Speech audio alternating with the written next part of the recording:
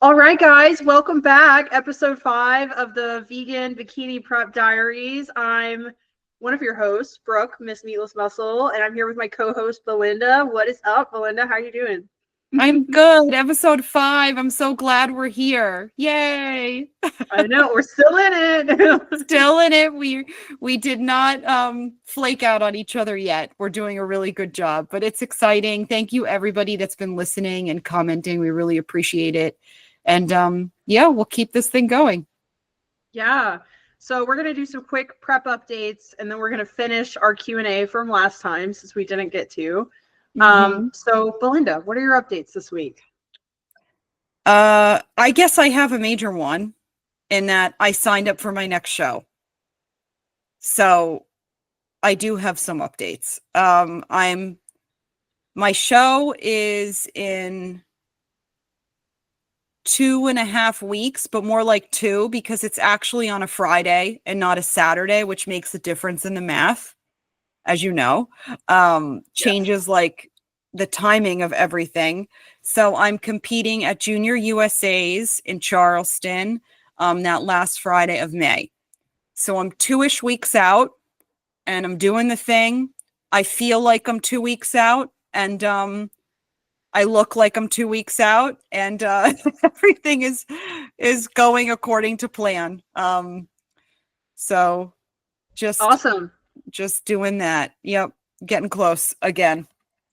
Yeah. So have you made any updates to your cardio or your food? Anything there? Yes. So I have. I reduced my cardio, actually. So before my last show, I was doing a pretty crazy amount of cardio. Since then, I've basically cut my cardio in half. So I'm doing, how do I explain this? So I do 45 minutes a few times a week, but I get a lot of steps. We're talking like close to 30,000, my friends. A lot. So my cardio, like heart rate up, either doing a class or on a cardio machine, running, whatever, that is cut in half. And my steps are the same as they were right before my last show. So I've just kept my step count really high. I did take that break earlier in the month where I had a few days where I didn't really worry about it, but it's back pedal to the metal. I'm not hitting quite 30,000 every day. It's anywhere between like 24 and 30. It just sort of depends, honestly, on how much time I have, because as you know, steps take time. So I'm just keeping my step count high. Cardio is lower, so to speak, still pretty high, but lower. And my food, I'm going with a low carb approach for the next week. And then when I'm somewhere between 7 and 9 days out, I will start to bring food up. So I'm in a depletion phase right now. I'm draining the pool. I'm emptying the tank. And then about a week out, maybe a little bit more than a week out, I'm going to slowly start to manipulate carbs and fats and try and fill myself up a little bit more successfully than I did at my last show. So yeah, that's what I'm doing. Just kind of playing the game. I look different every day. Every day I look a little different. I have all these little different things that happen to me as the days go by. I'm definitely leaner than I was my show 2 weeks ago, which is not a surprise. I mean, obviously I would be leaner because the work has continued. So, well, that's great because that was the goal and that was your feedback. So, yep, just a little leaner. Like it's, I don't know if a regular person would see the difference. I see the difference. You probably see a difference if you saw me. I know you only see me through photos and video. And I think a judge would see too, because my back shot just sort of like tightened up. Yeah. And my midsection is tighter.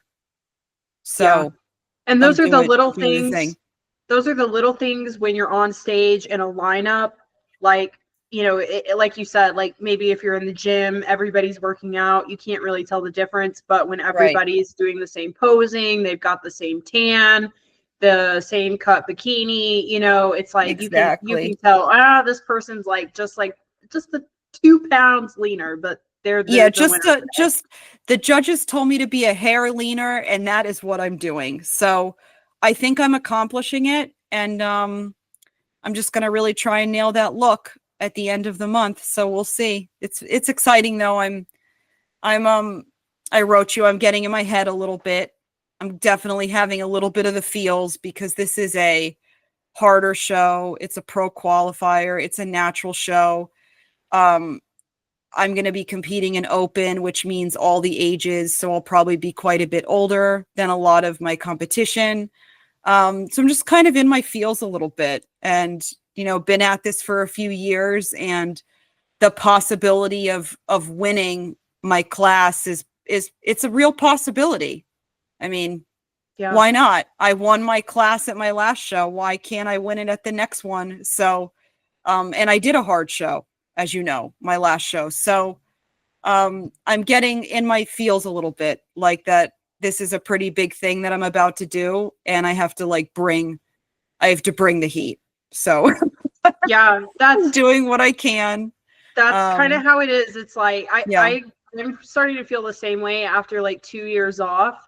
Mm-hmm. And it's like everything's finally coming together. And it's like I know I've been working at this for almost probably 14 weeks now, but it's Right. like now that it's right around the corner, it's like, holy shit, wait, I'm actually doing this and I'm actually gonna have to get up there.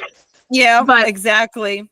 yeah, but I'm Exactly. glad that you're doing a national show. This is your first national show, right? In the States, yeah. I did Yeah. one abroad in Italy. And then another reason, like I'm kind of in my feels and in my head, and I told you this, is actually the judging panel is going to be the hardest. It's basically the Olympia judges. So it's Sandy, Tyler, Bill, um, and a few other Becky. They are Olympia level judges that are going to be judging me. So I'm getting in my head a little bit. Not so much like that I don't think I can't do it, but more so like, you know, I got to bring the heat. Like, this is not a joke. Like, this is for real.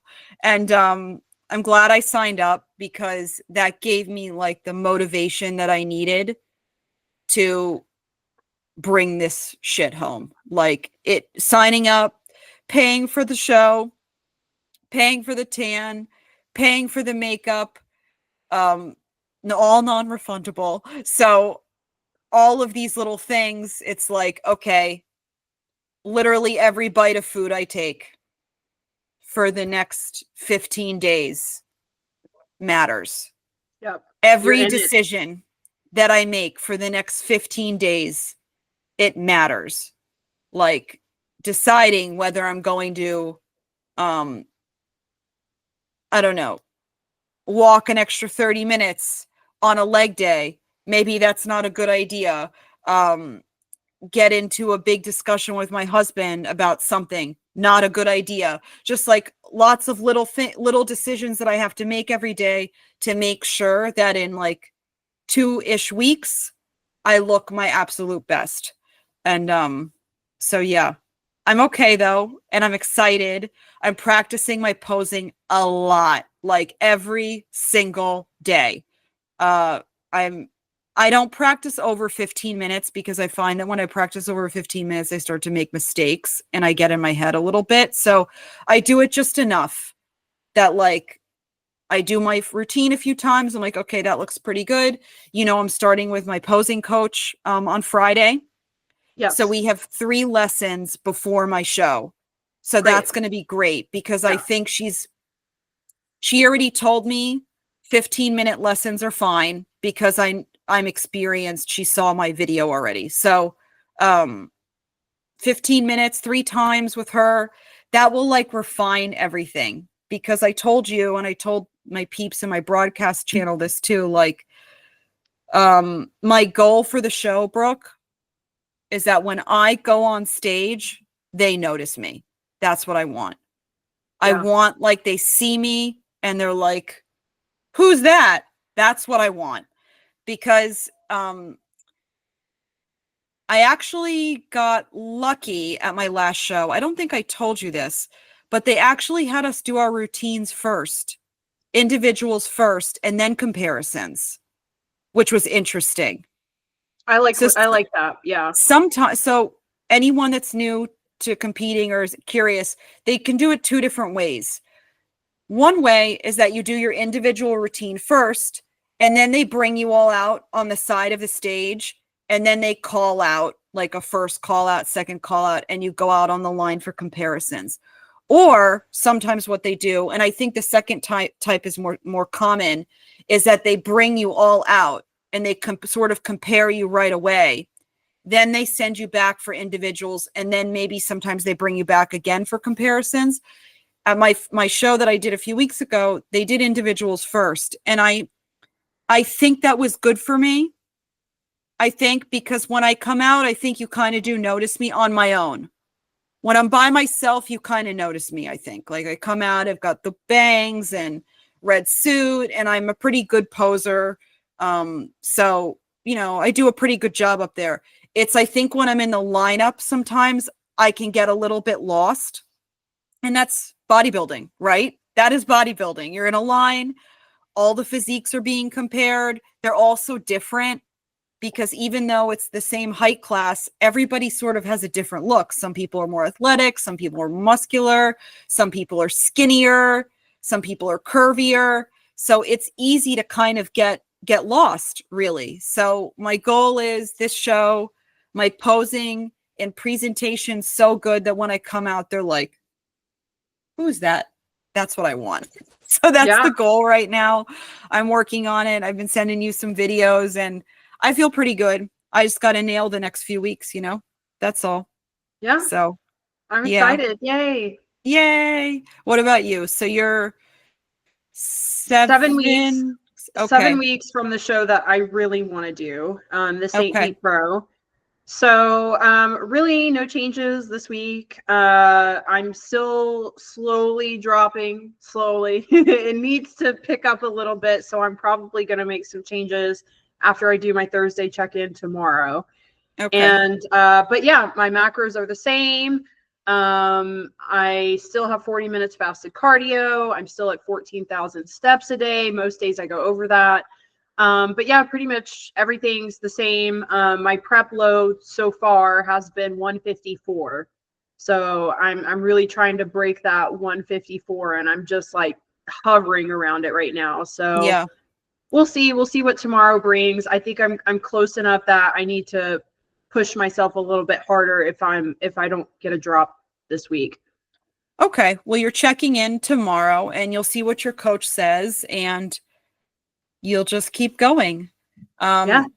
How's your hunger? Are you tired? How do you feel? Much hungrier this week. I did great while I was on my trip this past weekend because I was so busy and I just literally didn't even have time. So like I wasn't hungry at all. But as soon as I got home, it hit me like a freaking wall. I mean, I was like ravenous and it's been tough. It's been tough. I hear you. But my energy is still good. Surprisingly, I haven't really been tired. My recovery is a little bit slow. I feel like I have some lingering soreness or just like fatigue. But mostly I would say I'm really hanging in there. I'm definitely hungrier. Yeah. Well, for reference, everybody, Brooke is not a small girl. No. She's a tall, she's a tall, muscular, thick chick. She's solid because I've met her in real life. She's beautiful and awesome, but she's a solid human being. Yeah. So, the low food is very challenging for you. The reason I bring this up is because we have two very different bodies. Yeah. I'm like 5 inches shorter than you or something like that. I'm a few inches shorter than you. And I'm a solid like 20 pounds less than you. even in, when we're not in prep. So when my food gets low, and it's low right now, it sucks, but it's not as sucky as it is for you, because you need so much more to feel satiated, and you're a bigger person. So yeah, it's like the more muscle, I don't think people realize that the more muscle you have, the bigger you are, the harder it is to diet down. And so, that's why I really respect some of these guys, like the bodybuilding competitors. I mean, holy shit, the way that they diet down and like all the muscle they have, they must be suffering.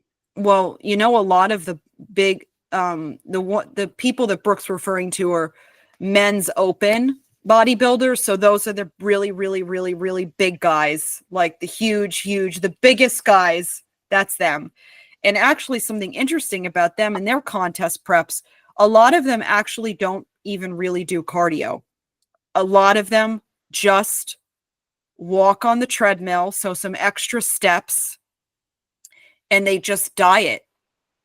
A lot of them actually don't do cardio, which is so interesting to me. Like how you can get that shredded and that peeled without having to bust your butt during cardio. To me, it's like incredible. But that's what happens when you're super, super muscular. And of course, doing the things that allow you to do that. So, yeah, but that's okay. So anyway, so you're hanging in there. I can imagine you're hungry. So it's interesting you say that on your trip you weren't hungry at all. So that's because you were busy. That's how I feel my whole contest prep. Like, listen, I am definitely, people always ask me, Belinda, how do you manage the hunger when you're in a cut? I am so busy that like, I don't have time to be hungry. I know that sounds crazy considering I'm only consuming about 1,000 to 1,200 calories a day right now. I'm really, really low food. I definitely am hungry. Like if I'm sitting stagnant, if I'm watching TV with my husband on the weekend, I am hungry. Like it is a thought that's in my mind, and it's very hard to shake it. But that's what bodybuilding is, and that's what contest prep is. And you have the discipline to fight through those feelings. And how I do it is I tell myself it's temporary. Like I got 2 weeks. I got this, even though I might have longer than that, but I'm not going to think about that right now. Right now, I just think about that. And I know it's temporary, and that's how I sort of overcome those feelings. But for the most part, and I've told you this many times, like Monday through Friday, I'm good. Like, sure, I'm hungry, but I'm busy. I'm working all day. I do my chores in the morning, house stuff and whatever. I work all day, and I'm out all night training and doing my like fitnessy, preppy stuff. So I'm so busy that there's like no real time to be hungry. But on the weekend, really hard for me. Really, really hard. Weekend, like afternoon and evening when I'm home, like not really doing anything. A real challenge, but that's what contest prep is. Yeah, I mean, you just have to embrace that you're going to be hungry. And even like if you're listening to this and you're a lifestyle client, at some point in a calorie deficit, if you want to lose body fat, you're going to be hungry. Like, yes, that's what a calorie deficit is. So even though Brooke and I are doing it for our sport and it's extreme, but plenty of people do a fat loss phase or a cut. Being hungry is just part of it. You have to remind yourself that it's temporary. It's not forever, and it's because you have a goal. And ultimately, you at the end of the day decide,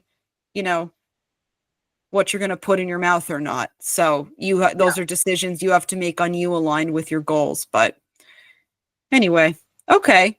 So we forge on, and I'll put some photos in there for our peeps so they could see what we look like. And then next week will be not quite my peak week, not quite. The week after it will be. So that'll be exciting. Should we go into some questions real quick? Yes, let's get our questions done. Okay. So, first one. Have you ever binged on peanut butter during prep or something else and lied to your coach about it? I love that they specifically said peanut butter. That's so funny. Yes, I think because I think that's every person on planet Earth's like food that they binge on, vegan or not. Oh yeah. Well, I can actually say that I've never binged on prep. And now there's a difference. I'll say I think there's a big difference between binging and then like slightly going over your macros. I have slightly gone over my macros before, like having a few Okay. bites of stuff here and there, but I've Mhm. never like full on binged out on a prep. I just get too nervous. I get too scared. And if I do go over my macros, I always tell my coach. Okay. I always put it in my check-in. Okay. You're a Now good girl. my issue is post-show. Post-show is when I binge. And when I know I don't have to be in a thong bikini, it's all over and everybody buys me food to celebrate. And I really struggled with binging my past show. But in prep, I'm pretty good. And mostly just because it gives me so much anxiety. I don't want to binge. Yeah. I hear you. Yeah. Same. I mean, my first prep, I was so nervous. Like your first prep is your hardest because it's so new and you don't really know what you've gotten yourself into. Like because contest prep, because bodybuilding is more in the mainstream face now with TikTok and Instagram and more people, are seeing competitors, bodybuilding athletes, on their feeds and stuff. They think it's like easy. It's not. Contest prep is like, so if you're a lifestyle client, if you're a lifestyle gym chick and you're doing a fat loss phase to get like a little bit more ready for summer, for example, contest prep is that times 20, Yeah. 50. I mean, it is so hard. Like, because a lifestyle cut, you're doing that for maybe 2 or 3 months, max. You still kind of go out to eat here and there. You still celebrate things with family and friends. If you want to eat that extra thing, even though you're not supposed to, you do. In contest prep, you don't do that. Like you must follow the nutrition protocol. You must. Like that's who wins at the end of the day. So when you're up on stage, two things are going to get you that trophy. How well you prepped, which basically means how well you dieted. And then, of course, your shape, your structure, and your muscularity, of course. It's those two things together that create a winning physique on stage. And you can't go over. Like, sure, going over macros a little bit here and there, to your point, like not necessarily the end of the world, but if you binge, like let's say you have a jar of peanut butter and you can't get it out of your hand and you end up eating the whole thing. 2 tablespoons of peanut butter is 200 calories. How many tablespoons are in a jar? A lot. You could essentially be canceling out an entire month of a calorie deficit in that one jar of peanut butter in a contest prep. Yep. The thing So, people don't think about yeah, is as when you're getting to like single digit body fat, you have to be in a deficit for a long time. A that's right. long time. And so yeah, like and it's still about like the average, like averaging things out.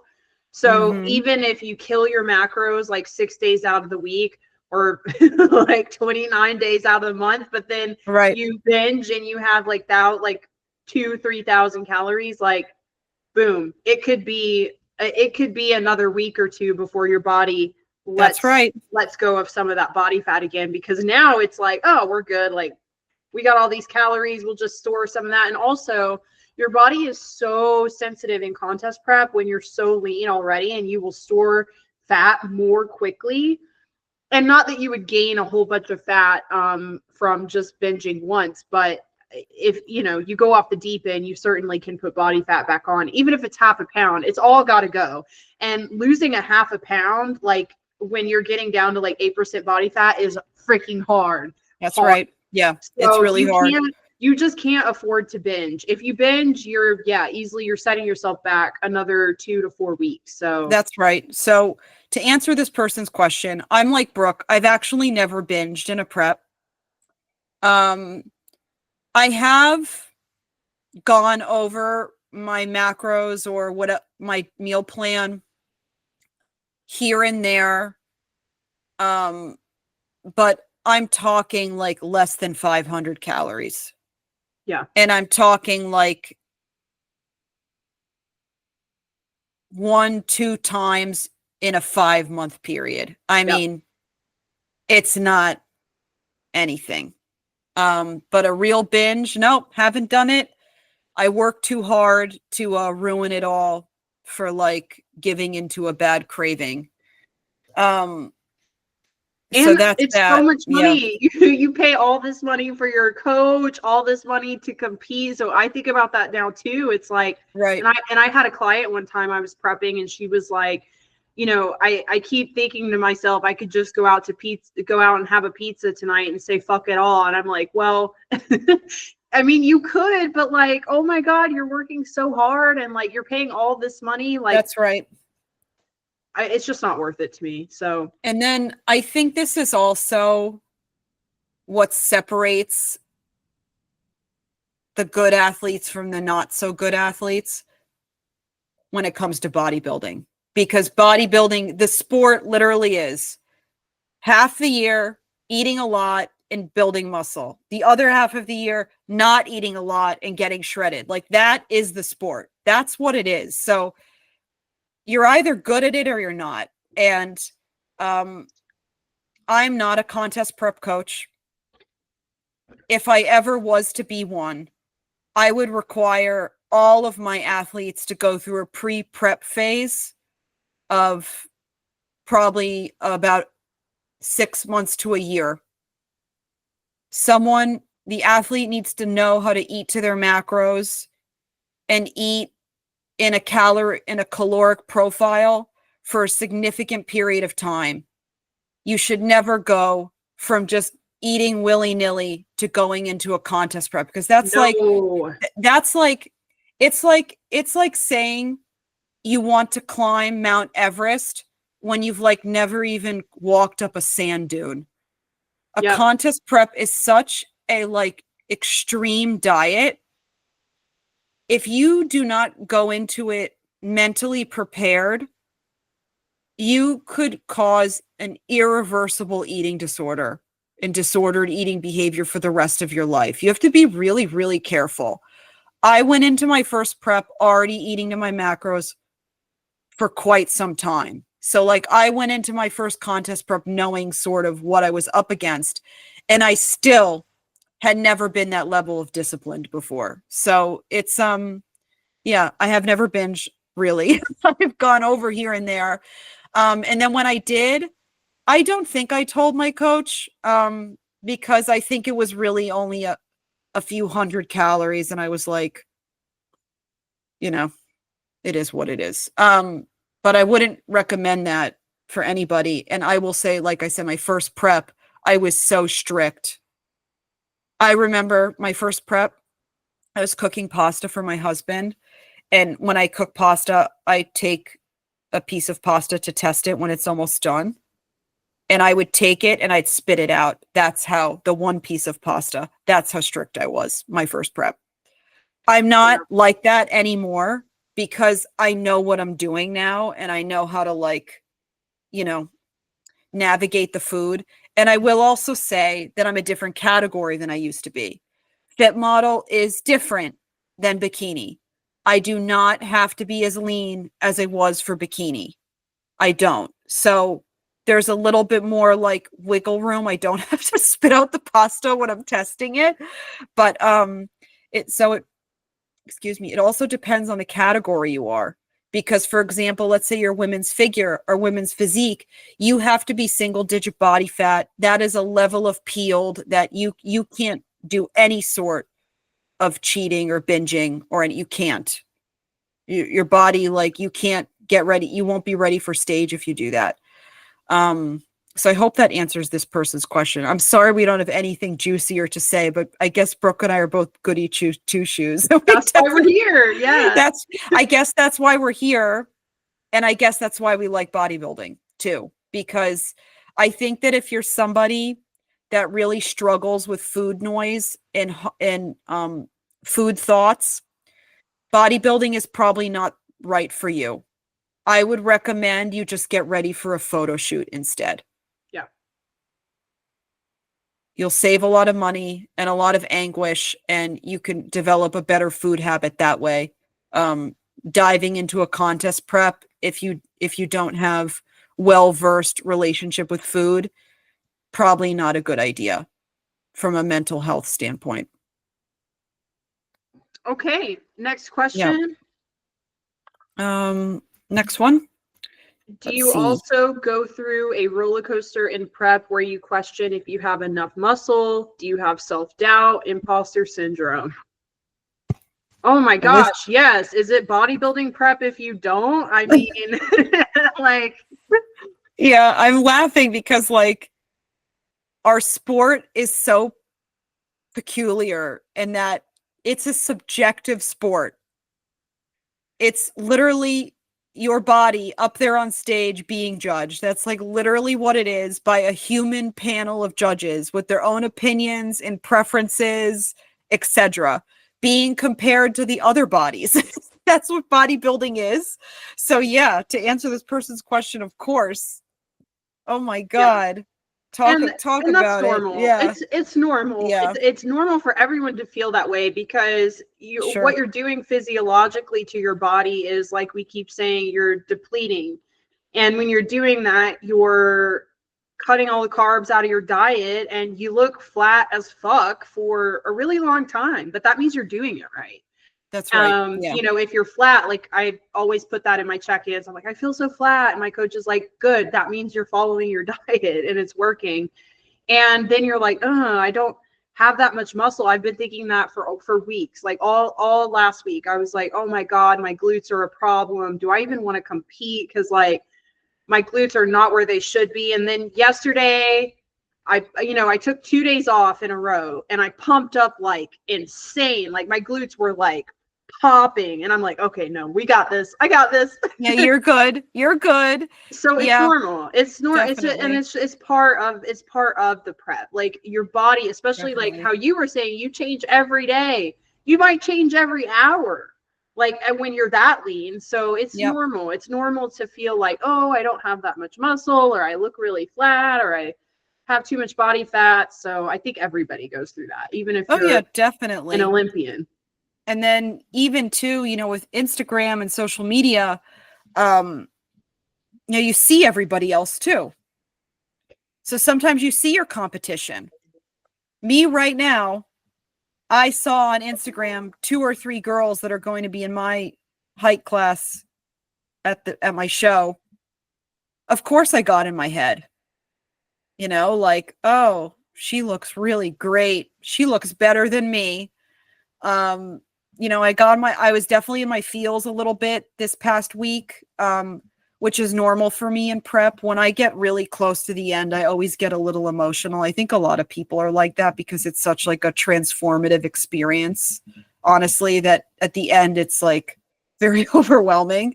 But you know what? I got out of my head and I said, Belinda, like, you're going to look the best you're going to look.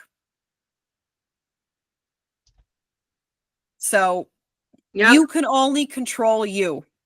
You can't control anybody else. You can't control who shows up that day. You can't control how they peak. You can't control how they pose. You can only control you and the package you bring. And that's why I have to go up on that stage and just like act like I'm the winner. Like I need to go on the stage and I need to be like, this shit's mine. Yeah. Of course. And I just like want to sidebar. I'm not saying I think I'm going to win. And I'm not saying that like I'm going to be sad if I don't win. I'm going to do my best I can. Of course, obviously we've spoken about this on other episodes, but I have to go on stage with the confidence that I'm the winner. Yes. Even if imposter syndrome, I might not feel like I'm the most muscular, or I have the best glutes or the best this or the best that. I can only do my best. And I've been in this sport long enough to know that building muscle takes a really long time. Years and years and years. Like you and I have both been lifting over 5 years, getting close to 10. This shit takes time. It takes time. So like, even if I go up there and I'm not the most muscular for my category, of course, or whatever, like I'm doing the best I can. I show up to the gym. I do my training. I eat my food. I do all of the things. There's nothing further I can really do. So, I just have to keep going for it and try not to compare myself to other people. My situation is not theirs. Their situation is not mine. Everybody's body has different, hurdles that it has to overcome. Nobody on that stage had like a smooth, easy breezy prep. Like they just woke up like that. Every person on the stage had to kick their own ass to be up there. So yeah, definitely sometimes feel like imposter syndrome, but at the end of the day, like bodybuilding is a very subjective sport. You need to do it for you and because you love it and it brings you joy, and try not to go into the rabbit hole of comparing yourself to other people because it's not going to get you anywhere. And then in addition, Instagram and the internet makes everybody look a lot different than they are in real life. Yep. Everyone posts their best pictures. It's not how they look on stage. Exactly. How people look in that crisp gym lighting, first thing in the morning on a great day with the perfect light coming down on them. That's not necessarily how they're going to look on stage. So you just have to stay in your own lane, bring your best, and that's all you can really do. So, and have fun. Try and remember to have fun. So like, that's where I'm at right now. I'm so close to competing. Like I said, I'm really getting like in my feels a lot. And I know this is a really big, important show. I need to remember to have fun. Like have fun. This is all fun. I look great. It's exciting. It's amazing. This body that I've built over the years, have a good time. Have fun. Yep. Like that's what it's all about. Stop taking it so seriously. And I have to keep like reminding myself of that. And yeah, it's exciting though. It's exciting. But that was a good question from that person. I don't think I have time for another one, unfortunately. So I have to get going. Okay. But we can do more questions another time. But I think this was a good episode again. I think people got some good tidbits as usual. Yeah. And you and I will think about what we'll talk about next week. Awesome. Sounds good. All right, guys. Make sure to like this video if you enjoyed it. Please comment if you have any questions for us, and make sure to subscribe so you don't miss out next time. Thanks, everybody. Bye. Thanks, guys. See you next time.